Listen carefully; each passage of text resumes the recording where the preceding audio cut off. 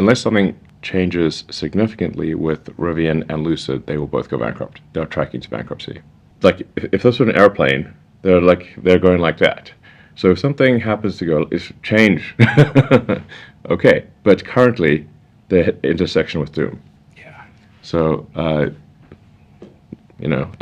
hope they are able to do something, but unless they cut their costs dramatically, they are in deep trouble, and will end up in the cemetery like every other car company, with the exception of Tesla and Ford. In this video, Elon Musk says that unless something dramatic changes with both Rivian and Lucid, both companies are headed for bankruptcy. And he's right. Plus, some fairly hilarious comments from a value investor on Tesla stock. So let's get into it. Hey guys, thanks for watching. If you enjoy these videos, there's a bunch of ways you can support the channel, access exclusive content and perks. Check out the links in the pinned comment below. If you want to take it to the next level, join thousands of members on Patreon to gain exclusive access to over 100 Q&A videos, loads of exclusive content, exclusive access to my up-to-date 10-year Tesla stock price targets, and even access my Tesla valuation model at the investor support level and above. You can also pick up some Tesla, Elon, and investment themed merch in the merch store. So check out the links in the pinned comment below, and thanks for your support. Tesla stock rebounded a little today, up over 2%, closing at $662.67. If we look over the last 1 month, down over 8%. Last 6 months, down over 32%. Year to date, down almost 45%. And over the last 1 year, up a mere 11%. I've said it before, and I'll keep saying it until it's no longer true. Tesla stock today, less than $700 per share. A market cap of under $700 billion, mid-2022, bargain of the fucking century, in my opinion. The Nasdaq 100 today was up 0.21%, and two of the key subjects of today's video, Rivian up almost 2% and Lucid up almost 2%. Now before we get to Elon Musk's comments about why Rivian and Lucid are both headed for bankruptcy unless some major changes happen, I just want to share a few comments from some guy on YouTube regarding both of these companies and their stocks around a year ago. Here's a short clip from a video entitled, "Warning, Rivian IPO valuation is insane." Let's see what this dickhead has to say. Rivian's proposed $80 billion IPO valuation. Now, I would use the term insane to describe this valuation, but I don't think that's really accurate. I think a better term would probably be brain dead. No, actually, completely fucking brain dead valuation. Now, I know some of you are fairly new to Tesla stock and others just have a very short memory, so time for a quick history lesson. We are looking at Tesla's market cap over the last 5 years. I just want to point something out. March 17, 2020, right, a year and a half ago, Tesla's market cap was less than $80 billion. 18 months ago, Tesla began delivering vehicles more than a decade prior. And if we rewind the clock a little bit further, in December 2019, Tesla less than $80 billion. When I started this YouTube channel, Tesla with around a $64 billion market cap. Now, to be fair, when I started this channel in late 2019 with Tesla's market cap around $65 billion, I was adamant that it was dramatically undervalued and would soon be heading to the moon, and obviously we know that turned out alright. But Tesla had been delivering vehicles for about 10 years before that, developing an amazing lead in terms of their technology, their experience, their data around thermally managing batteries, manufacturing, recruiting, engineering talent. I could go on and on and on and on and on. Today, as I record this, Tesla is worth less than $800 billion, meaning that Rivian, who have done literally nothing, would be valued at about 1/10 of Tesla's current valuation. Now, either Tesla is worth $85 quadrillion today, or the stock market is completely fucking insane. Now, this is probably the appropriate time to visit the Rivian stock price. After all, these comments were made prior to IPO. What's happened since the IPO to Rivian's stock price? Down a mere 80%. What was that about? Completely fucking brain dead? It's almost as if the manifestation that is the bell curve, aka buying and selling activity within the stock market, wasn't factoring in any probability whatsoever that a company like Rivian might fail on its attempted way to reaching volume production. Current market cap, just for the record, a smidge under $25 billion and still absurdly overvalued in my opinion. As I mentioned at the time in many videos about Rivian, it's as if the stock market assumed automatic success by any company that said they'd like to compete with Tesla. We're going to make EVs. We're going to compete with Tesla. Okay, we believe you. No chance of bankruptcy. Here's my money. And now onto another short clip from this same dickhead who said something about Lucid Motors. What's the title say? Warning, Lucid Motors, big red flags. Posted 18th of May 2021, just over 1 year ago. At Dickola Corporation, I think I pronounced that name right. So, what happened? Stock went to the moon, up over 500%. Brain dead retail investors who clearly couldn't see this was a scam. I mean, I'm just going to be honest, it was very obvious from day one. Literally every single person that invested in this company didn't do enough research, so it's on them. Good on them. Hopefully they've learned the lesson. Don't be an idiot. Do your research. And when a company has so many red flags, it looks like a Chinese Communist Party rally, maybe you should take that into consideration. What's happened since the peak? Dickola stock down over 80%. Not surprising, and in my opinion, it's still got more to go. The stock has been rolling downhill under its own propulsion since its peak in the middle of 2020, and I think it's going to continue to roll downhill until it basically gets to zero. What an arrogant asshole, claiming, despite already being down over 80%, that Nikola stock would continue to decline further. I mean, it was $12 back then, a $4.77 billion market cap. It's way past that. Oh, hang on. Wait, was that 12, and it was down 81% from peak, $12.12, and now it's $5.37. The stock must have split, obviously. It couldn't have come down even further than, there's no way that happened. It's not really down 92%, is it? The market cap's not really $2.26 billion, is it? Well, yeah, it is actually, and again, this is just an example of brain dead investors in the stock market and why the bell curve is real. But this video wasn't meant to be about Nikola, was it? It's supposed to be about Lucid. Maybe I'm wrong, but I doubt it. Too easy. I mean... Now we're looking at Fraudstown Motors. I think I pronounced that name correctly as well. Let's see what happened with this bad boy. Huge run up, over 170%, almost 200% gain on the stock. Then a tumble, then another bounce. I don't know what people are doing. Oh, yeah, I'm going to buy the dip. Yeah, let's just ignore the fraudulent pre-orders and just, yeah. But of course, same pattern. Down over 30%. I mean, this is even more disastrous than Nikola. And honestly, I think these two companies are about on par with one another. It wouldn't be fair to do the same thing again, would it? Okay, so I'm just making sure here, that was $7.33 for Fraudstown Motors at the time of recording this video a year ago. It's now $1.63. Market cap of $1.29 billion, now at $333 million. I'm kind of noticing a trend here. The exuberance, the hype around these EV startups within the stock market, it's almost as if somebody's let the air out of the room. It's almost as if people are starting to realize, getting to volume production is actually a little bit more difficult than making a few computer renderings and luring in some dopey retail investors to buy our stock. And let's continue this investigation into the SPAC attack and see what's happened to Lucid themselves. So, we have a gigantic run-up, look at that, almost 500%, and since the peak, what's happened? Down about 70%. Now, look, you guys and girls are welcome to invest in anything you like. I'm not judging here. I just want to issue a few words of caution. If you discover red flags, it's worth paying attention to those and just thinking a little bit, doing some research and investigation. You know what? Maybe there's something here. Here's the problem. At this point in time, there's so many morons out there in the stock market who don't do any research whatsoever. They just throw money at these opportunities. Oh my God, I need to get the next Tesla. That there's going to be catastrophic losses. It's very important to understand what is the future of this company. Can they actually reach volume production? Are they actually a legitimate company? Are we getting straight and honest answers from the people at the company speaking to the media, or are they dodging very important questions? Moral of the story, think more and invest less. Think more and invest less? Damn, that's good. I wish I'd thought of that. And speaking of Lucid and Rivian and stocks and investing and thinking, here's Elon Musk thinking about Lucid and Rivian. Pay very close attention. Unless something changes significantly with Rivian and Lucid, they will both go bankrupt. They're tracking to bankruptcy. Sorry to interrupt here, but I mean, who is this guy? The audacity to think he knows anything about anything. It's not like this guy's a genius. It's not like he's built his own automotive company and didn't go bankrupt in the process. Why should we pay attention to anything he's got to say about an electric vehicle company's probability of success or failure? Total noob. I mean, just ignore everything he says. His comments have zero value. They carry no weight whatsoever. Ignore everything that Elon Musk says about Lucid and Rivian, because they're the next Tesla, and they have no chance of going bankrupt. And if anyone says anything otherwise, they're just a Tesla fanboy. They may not say like that is currently like if this was an airplane, they're going like that. So if something happens to go, it's change.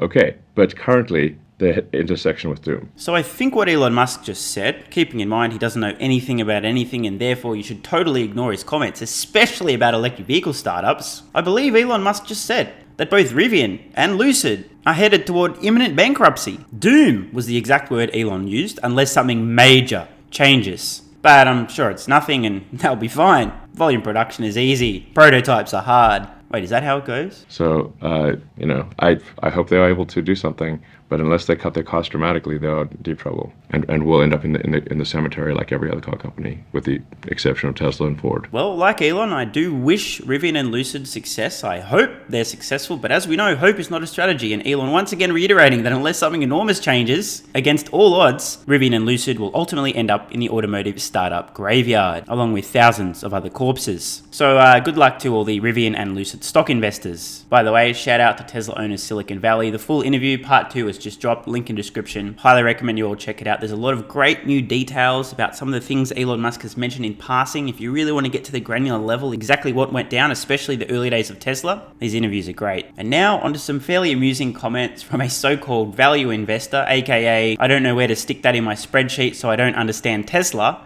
regarding Tesla, their valuation, and how to play the electric vehicle space. Has this super bad feeling about the economy, whatever that means. I take that to mean I'm worried about inflation, I'm worried about demand for vehicles because people have got less money to spend, and I think perhaps that was the source of it. And then, so I think it was more around the fundamentals and not so much the share price, given how volatile that share price has been for quite some time now. And to some extent, or to much extent, Tesla is a bellwether for other EV stocks. Did she say bellwether or bell curve? Wait, same thing in this context. This is a fair statement. Doesn't make any sense. Let's think about this for a while. If Tesla, the company, is doing well, in theory, and this is a big theory, not necessarily reality, Tesla stock should be doing well, right? Seems reasonable. Obviously, the stock market can be pretty irrational at times, so this isn't always true, but overall, this is a reasonable statement. However, the observation that Tesla stock is a bellwether for other EV stocks just shows how fucking dumb investors can be. What Tesla is doing, what Tesla's stock is doing, has absolutely nothing to do with what Rivian's doing, has nothing to do with what Lucid's doing. It has nothing to do with what Government Motors is doing, or Ford, or Volkswagen, or Fraudstown Motors, or Nikola. Completely unrelated. Yet, many investors, Tesla's doing well, Tesla stock's doing well, I just have to buy the next Tesla. Who's got the nicest computer renderings and the most convincing fraudster as a CEO and frontman? I'll buy that stock. If your reason for buying a stock is because another company's doing well, another company's executing well, another company's been very successful ramping to volume production, you are a fucking moron. But probably already knew that, right? You can't be a moron and get that far through life to the point where you're watching videos on YouTube about investing in stocks and not have figured out you're actually a moron, right? Do those people exist? I don't think so. A lot of debate at the moment about the future for EV, especially in this near term where we've got this energy price crisis going on. So given that, how investable would you say, Richard, Tesla is, given Musk's erratic management style? Well, I mean, Tesla is going to be volatile. Massive understatement. Completely agree. I would argue that Mr. Musk is probably at the same time both its greatest asset and its greatest liability. So if you want to be an investor in Tesla, you're stuck with him pretty much. This is another great point. If you're investing in Tesla stock, Elon Musk is coming along for the ride, and if you don't like it, don't buy Tesla stock. The last thing you want to do is be one of the entitled wankers who thinks the entire world revolves around them and complain and cry and attack Elon Musk every time he shares a thought, opinion, or an idea, and Tesla stock happens to not be up that day. You don't want to be the bell end out there complaining publicly that Elon said that just to kill Tesla stock price because he doesn't like you, he doesn't like investors, and he's trying to destroy your wealth, and he doesn't have the best interest of Tesla shareholders at heart. In short, if you can't handle Elon Musk, you certainly can't handle Tesla stock. He has single-handedly created the EV revolution, and there's a whole industry that he has basically jump-started. So from that perspective, you have to pay credit to him, but you are going to have volatility. The other part of the volatility on Tesla is also due relative to its valuation.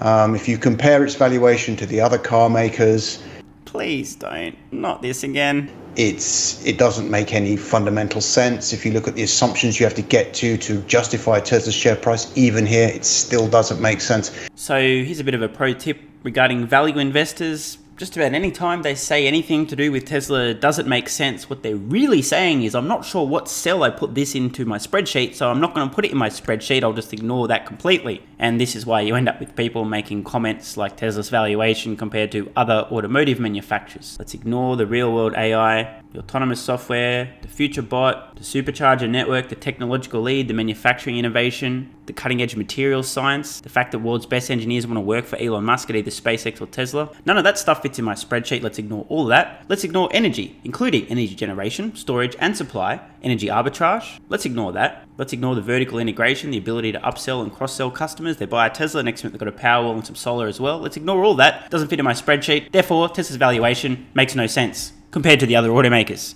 I feel bad for these people. When you have such rigid rules in terms of how you invest, you lock yourself into a prison. This can be good. It can keep you safe. You're safe in a prison cell, but it may be counter to optimizing your investment returns over the long term. And I guess being in a prison cell isn't always completely safe. It is possible that you may occasionally drop the soap, in which case, let's move on. And when you've got that, it's more about the narrative that drives a stock, which again is part of the volatility. This is a recurring comment from many of these so-called value investors who simply can't fathom why Tesla is worth what it's worth today, if not undervalued. Instead of trying to really grasp why is the market valuing Tesla at what it's currently valued at, they're just looking for a possible explanation. No, it's the narrative. It's the narrative. That's why. It's the narrative. It's got nothing to do with anything but the narrative. Don't get me wrong, sentiment does have a role to play here, but this isn't about a narrative. This is about reality. I think what goes wrong here in the mind of many of these so-called value investors is when they hear something about Tesla and their brain says, no one's ever done that before. It's not possible. It doesn't fit in my spreadsheet either. They just assume, okay, well, this is a narrative that's being painted. It's not based on reality. People aren't observing facts. They can't see an unassailable lead here. They're not looking into the future. They don't get what's going on. Instead, they're creating a story that may not have anything to do with reality, and the story is what's driving the price of Tesla stock. How much bullishness do you have on the outlook for Tesla from here, given the amount of competition in the market? We just have Ford announcing $3.7 billion of investment to build EVs, including a truck. I think in this one has to separate bullishness on the company and bullishness on the stock. Now, bullishness on the company, from a production standpoint, one of the biggest problems you have as a car maker is actually making the things in volume. Tesla's pretty much solved these issues. Another very fair point, and going back to the earlier comments from Elon Musk about Rivian and Lucid, that's the biggest challenge they've yet to overcome. The one that will have catastrophic consequences if not solved. And the odds of solving this challenge, I don't know, about 69,420 to 1. Possible, but I wouldn't be betting on it. But hey, plenty of other people are betting on it. Good luck with that. So I think Tesla is here to stay. Now, when I look at the valuation of the company, it's a whole other ballpark, because the stock is incredibly expensive. I'm fundamentally and value oriented in terms of my investment style. Man, it hurts so much to hear this. Now look, I'm not here to shit on people for having their own strategy, their own mindset, their own way of investing. I get that. But when you restrain your mind in an intellectual prison of your own building and refuse to ever look outside that, to even entertain other opportunities, I think you can really be missing a trick. Or in investment terms, missing out on potentially many, many, many millions of dollars. And so I think there's other places where one can invest in the EV trend that make a lot more fundamental sense.